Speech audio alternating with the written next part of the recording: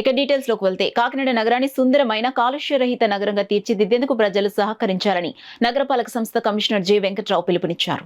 కాకినాడ నగరంలో పల్లవుపేటలో కాకినాడ నగరపాలక సంస్థ ఆధ్వర్యంలో నిర్వహణలో ఉన్న ఘన వ్యర్థ పదార్థాల నిర్వహణ కేంద్రంను పరిశీలించేందుకు నగరపాలక సంస్థ కమిషనర్ జె వెంకట్రావు రాగా ఈఈ మాధవి స్వాగతం పలికారు. ఈ కేంద్రంలో నిర్వహించే కార్యకలాపాల వివరాలను, సాగ్రిగేషన్ ప్రక్రియ ఎలా చేయడం జరుగుతుందో కమిషనర్కు వివరించారు.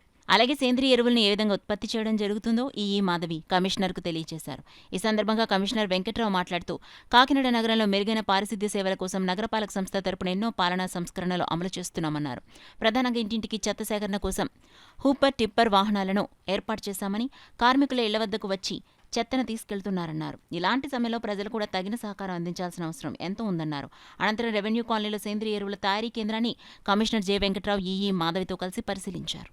వెహికల్స్ ద్వారా వాటిని కలెక్ట్ చేసి వెట్ అండ్ డ్రై వేస్ట్ని సెపరేట్గా కలెక్ట్ చేసి వాటిని ఇక్కడ తీసుకొచ్చి మళ్ళీ వాటిని ఫర్దర్గా ప్రాసెస్ చేసి అందులో ఏదైతే వెట్ వేస్ట్ ఉందో వెట్ వేస్ట్ అంతటిని కూడా మళ్ళీ మెన్యూర్ కింద కన్వర్ట్ చేసి త్రూ సైంటిఫిక్ ప్రాసెస్ ద్వారా మెన్యూర్ కింద కన్వర్ట్ చేసి వాటిని రకరకాల వ్యవసాయ వినియోగానికి కానీ లేదా ఫిషరీస్కి సంబంధించినటువంటి ఫీడ్ కింద కానీ వినియోగించడం జరుగుతుంది.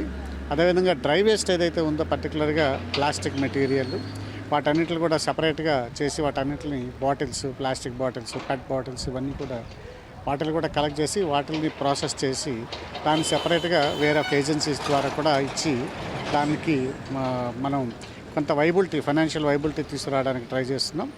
దీనిని already 2 to 3 years back, 3 years 4 years back start చేశారు.